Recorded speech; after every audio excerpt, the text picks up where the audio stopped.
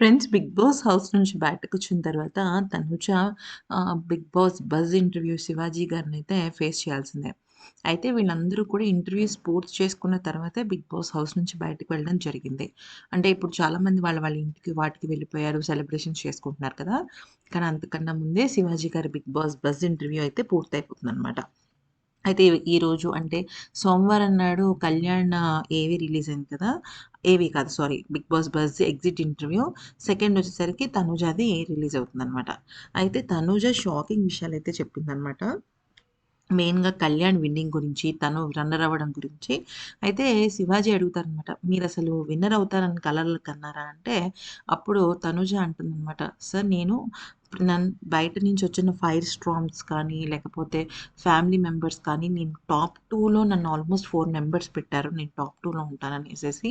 అంతేకాకుండా నాకు చాలా హ్యూజ్ ఫ్యాన్ బేస్ ఉందని చెప్పేసేసి 'బిగ్ బాస్' హౌస్‌లో ఉన్న వాళ్ళందరూ గూడా అదే మాట చెప్పారు. ప్లస్ నాకు 'బిగ్ బాస్' హౌస్‌లో ఏదో సపోర్ట్ ఉంది అనేసేసి చాలా మాటలు మాట్లాడారు. అటు బయట ఫ్యాన్ బేస్ ఉందని చెప్పటం ఓకే. నేను కాదనటం లేదు. ఫ్యాన్ బేస్ ఉందని చెప్పేసి 'బిగ్ బాస్' హౌస్‌లో నాకు సపోర్ట్ ఉందని చెప్పేసేసి నన్ను ఆడకుండా పక్కన పెట్టేస్తే నాకు కూడా సెల్ఫ్ రెస్పెక్ట్ అనేది ఒకటి ఉంటుంది కదా!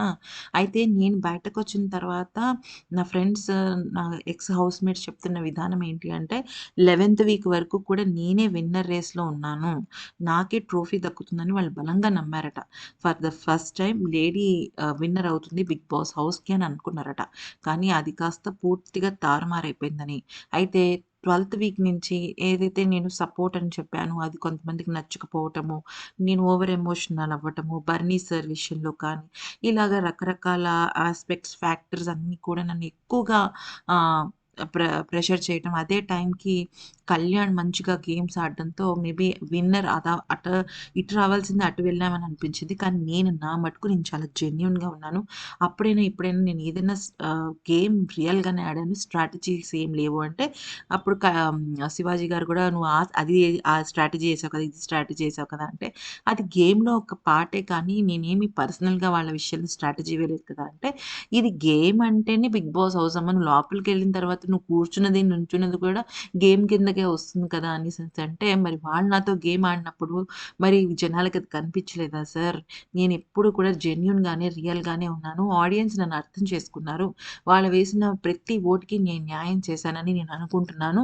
నేను రన్నర్ అయినా పర్లేదు. నా ఓట్స్ వేసిన నా నా ఫ్యాన్స్‌కి కానీ, నా ఫాలోవర్స్‌కి కానీ నేనెప్పుడు రుణపడి ఉంటాను అనేసేసి అందనమాట.